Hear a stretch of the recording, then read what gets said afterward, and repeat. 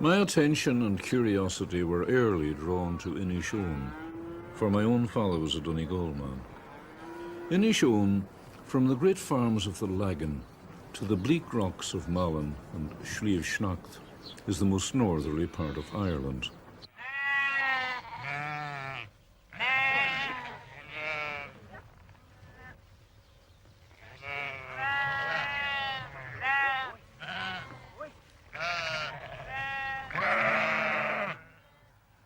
For thousands of years since the first Neolithic farmers arrived on its shores, families like the Toys of Quigley's Point have kept mountainous sheep for their meat and wool.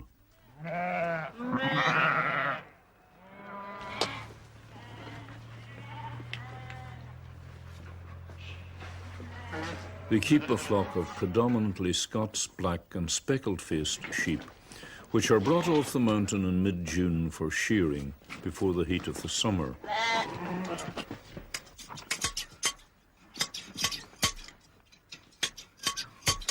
A scene which has changed little over the centuries, even the design of the shears. Similar examples were found during the excavations of Viking Dublin, dating from medieval times.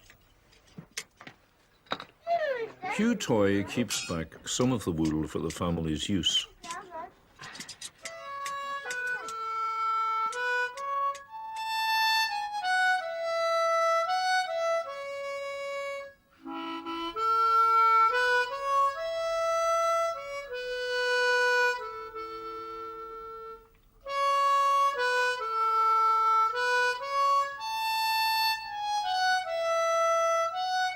The earliest method devised for spinning was the distaff for holding the wool and the spindle.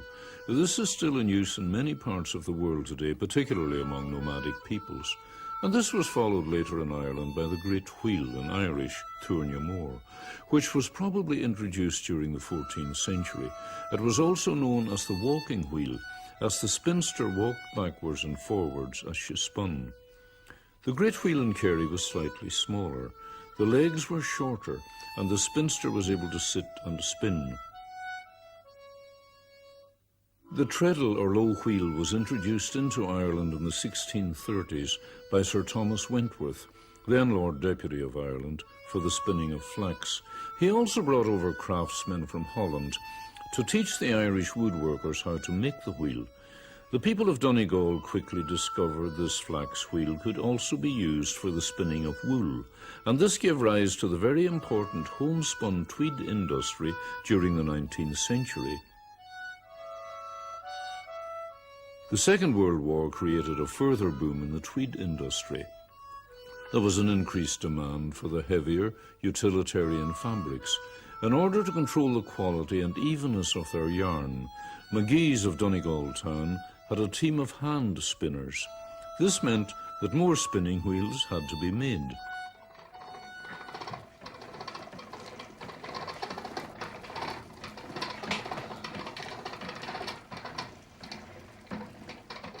Mrs. Mary Toy is one of the last traditional hand spinners who have spun wool for their family's needs all their lives. Her treadle wheel has been handed down from mother to daughter through 5 generations. It was a wedding present to her great-great-great-grandmother, and even then was known to be second-hand.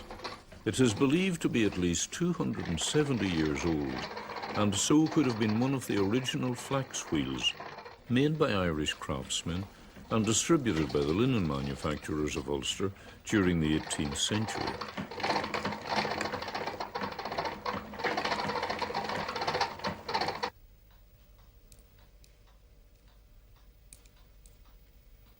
Mary's socks are in great demand, as far away as America. Her family have always walked the mountains dry-shod and in comfort.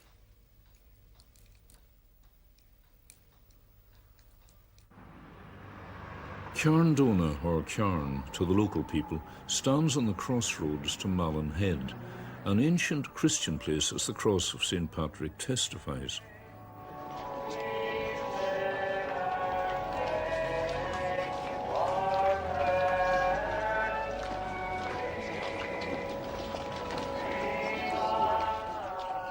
Our concern here in Carndona at the moment is not just with history, but with an object both of art and of utility, made with great skill and used with great skill, yet going back into a pre-Christian antiquity.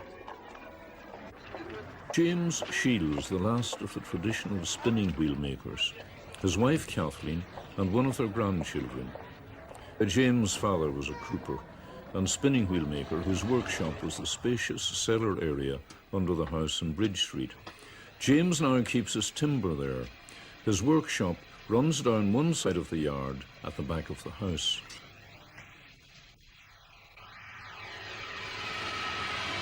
Hey, Sarah, give a hand. James is helped by his youngest son, Charlie, who is also his apprentice. They make the treadle or low Irish wheel, which, because of its popularity and widespread use in this county, is also known as the Donegal wheel.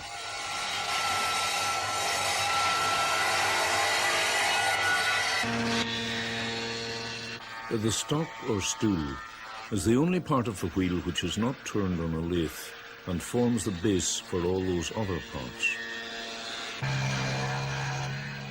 An opening is mortised through the stock which will hold the rolls and tension screw, as we shall see. This is James's principal wood-turning lathe. Attachments like this router can be speedily mounted on it. A set square has holes drilled through the metal to indicate the exact position of the legs, for all James's tools are adapted to suit his spinning wheel making. A jig ensures that the holes for the legs are drilled at the correct angles.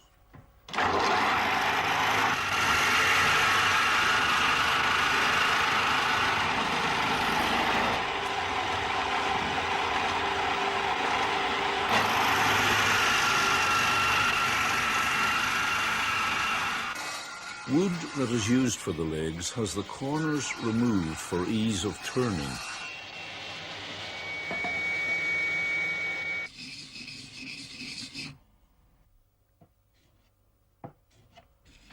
There you are. Enough there. A vitally important part of turning is the centering of the timber. A piece of wood revolving off-center creates tremendous vibration and is difficult and uneven to turn.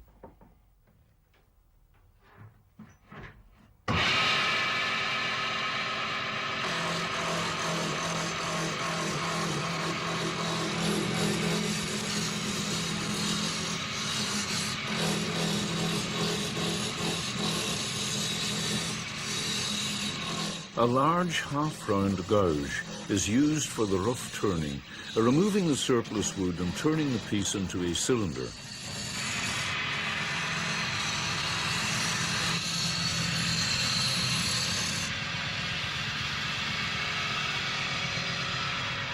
Charlie uses a template to indicate where the decorative bobbins are to be turned.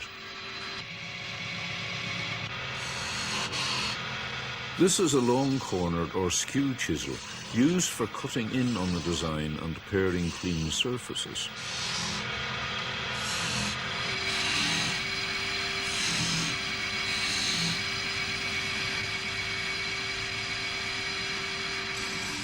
The gouges must also be presented to the timber, so they are cutting the wood efficiently, throwing off good shavings. In scraping, the tool is held at right angles to the timber. The rest acts as a support and helps to maintain the cutting angle of the tool.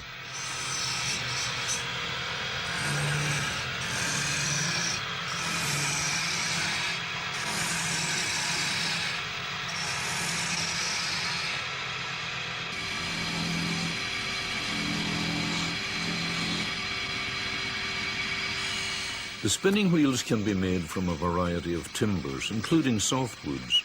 Mahogany is used for this wheel. James prefers to use the same timber throughout a wheel, for, as he says, it matches up better. He is also conscious of the devastation being wrought on the rainforest of the world, and has recently been using recycled yellow pine and pitch pine Beautiful timber, as he says himself, some of it well over 100 years old, as sound as the day it went into the building.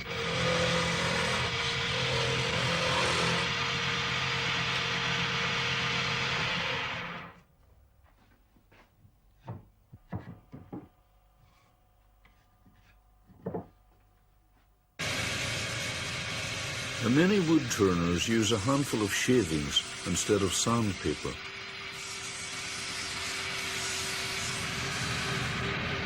A combined stain and sanding sealer darkens the timber, and a quick drying lacquer is then applied.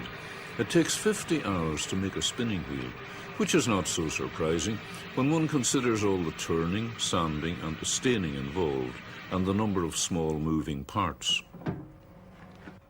Charlie is the third generation of the Shields family to make spinning wheels. James's father was a part-time spinning wheel maker, also working as a cooper, making butts for gathering milk, dashed churns, noggins and piggins. These are the stanners or pillars used to support the wheel itself.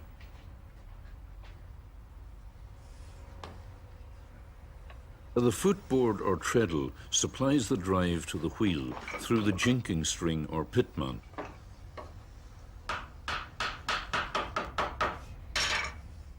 During the Second World War, James's father made spinning wheels on a full-time basis.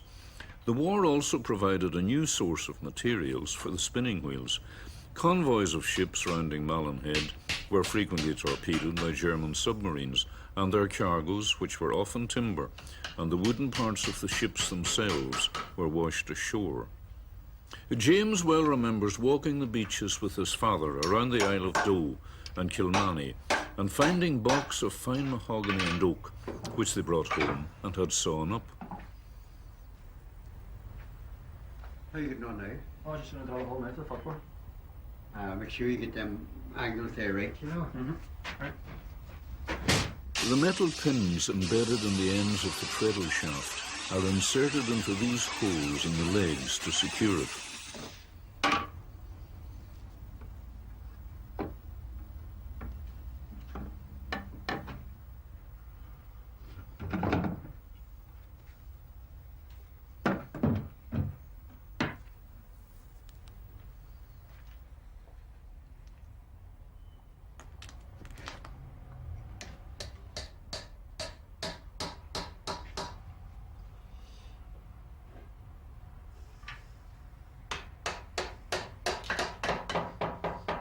The actual wheel is made up in dowelled and glued rectangular sections before turning.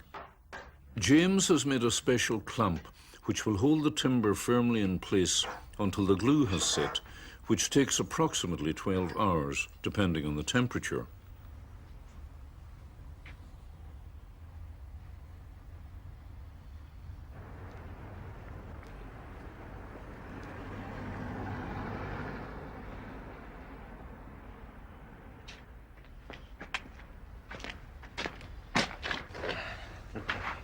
Had my daughter coming today for the spinner. Thanks. I think it's the Morris coming now. Well, it's ready for her now. Nice today.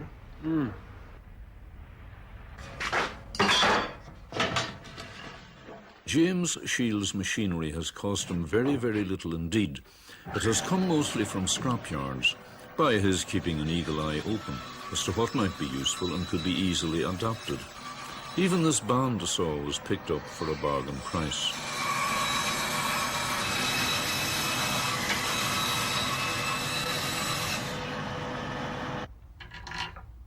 The wheel is secured to a faceplate for turning. James remembers only 3 professional spinning wheel makers in County Donegal when he was growing up, a man in Glenties. Then James Lynch and his own father, who served as time to James Lynch, both lived in Carndona.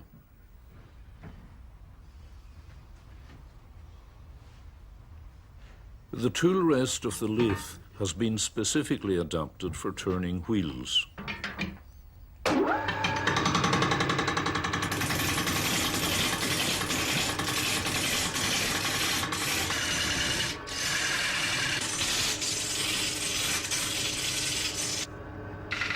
A check to make sure it is running true. James turns the channels to contain the two separate driving bands.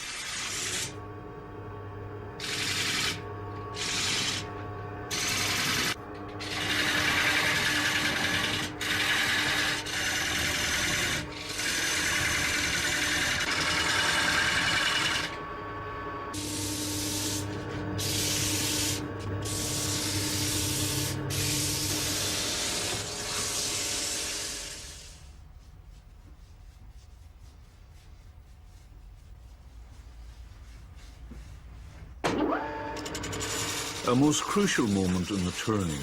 The wheel must be parted from the centre section with extreme care to prevent it from flying off while the lathe is turning.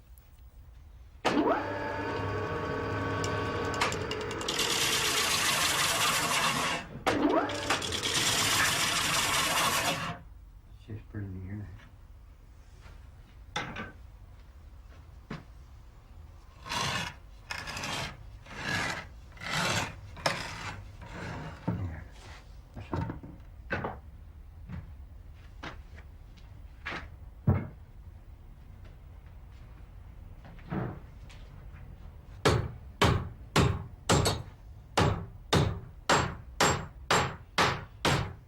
This is the cranking wheel and spindle for the wheel, not to be confused with the spindle for the flyer mechanism.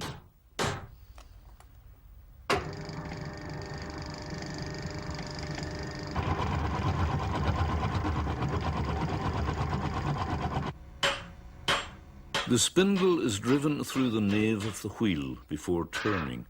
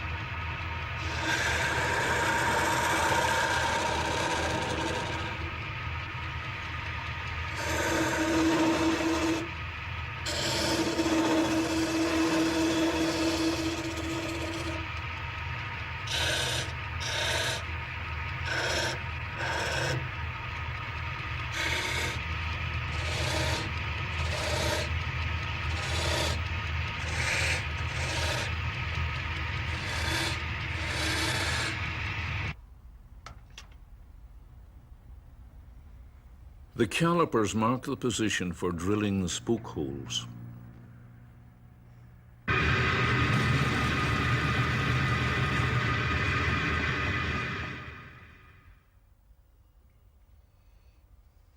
The carriage maker and the spinning wheel maker share a common terminology: the nave, the centre of the wheel, the spokes and the rim. James remembers being told that wheelwrights also made spinning wheels in County Donegal.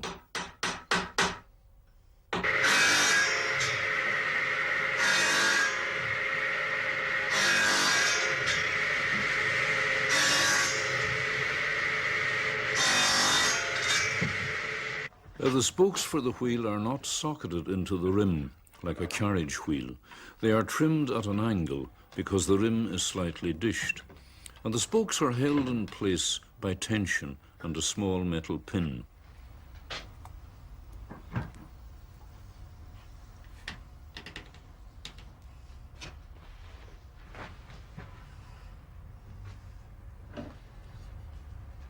By holding the handle of the hammer to the wheel, James discovers any distortion in the rim.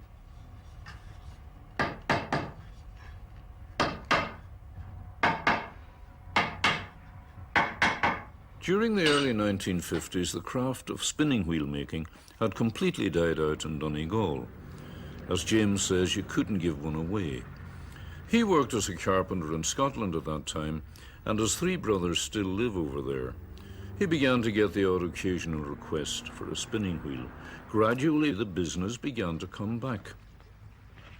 The revival began in earnest about 1968, and soon he was back as a full-time spinning wheel maker. James goes to Mickey McCormick, the local blacksmith, to have the spindles made. You want some of these done now straight away? Ah, if you could. Yeah. Good, but last night? Wasn't out very much. No, yeah. Very busy these days. Oh, kept going, Kept going. Mind your eyes now. Well, what? The spindle is constructed of a length of round, solid steel, a washer, and a short length of tubular steel, through which the yarn will pass as it is spun. The various parts of the flyer mechanism are mounted on the spindle, such as the flyer, bobbin, and spindle whirl.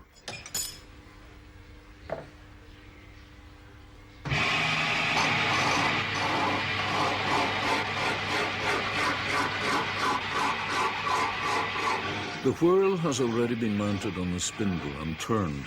The metal parts are filed down and sanded, so no rough particles remain that could snag the spinning wool.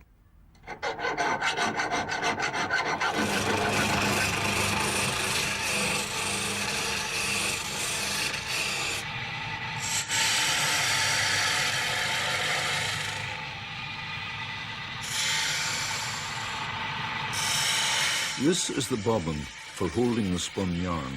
A separate driving band will pass around its grooved end.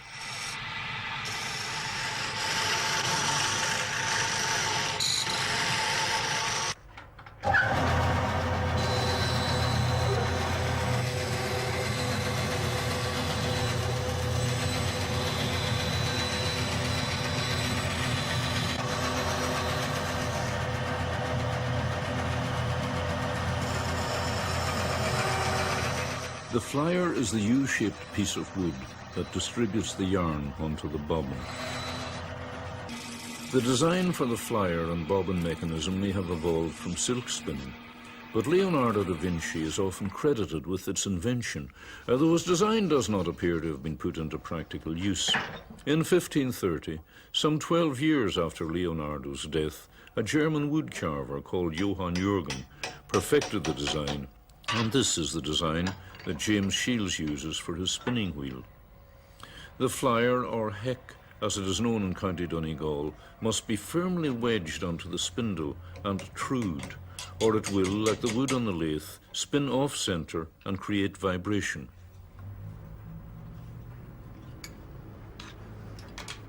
The bobbin is slipped onto the spindle, and next the spindle whirl, which is screwed anti-clockwise onto the threaded spindle, so that when driven clockwise, the whirl will not unwind. These hooks on the opposite side of the flyer, or heck, help to distribute the yarn onto the bobbin.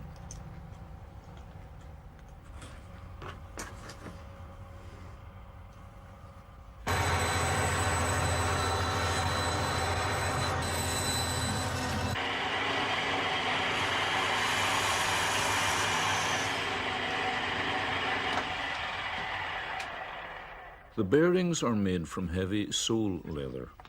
These support the flyer mechanism between the small pillars or stanners.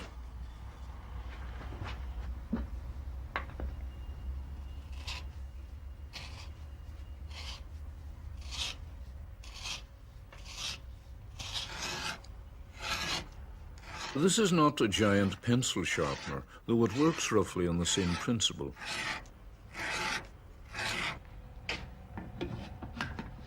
The tension screw passes through the rows. This screw allows the tension of the driving bands to be adjusted. The flyer unit, made up of the mother of all, the small pillars and the flyer.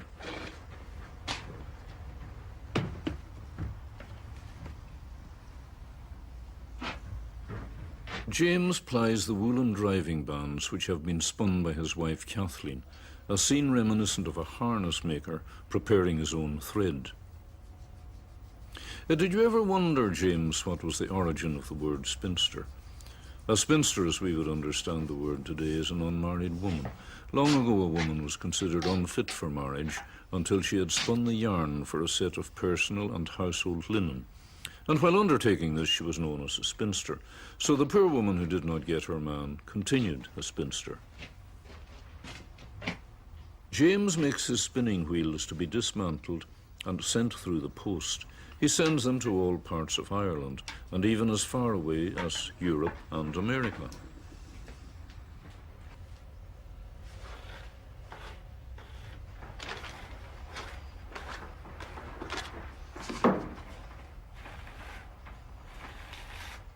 James makes carders for sale, as well as spinning wheels, for, as the old song goes, you can't have one without the other. The purpose of carding is to lay the wool fibres parallel to one another, so they twist together to form the yarn.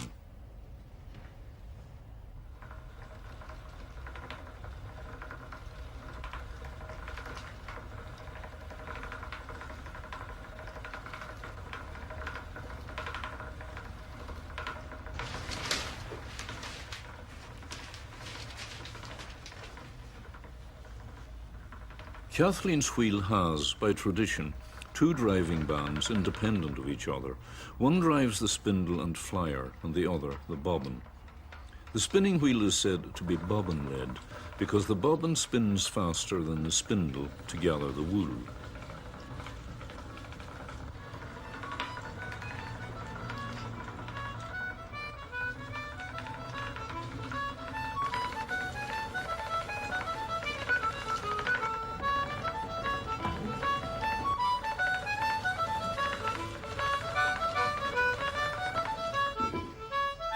James is perhaps one of the last traditional spinning wheel makers. Or is he? Hopefully young Charlie will continue the craft and the family tradition.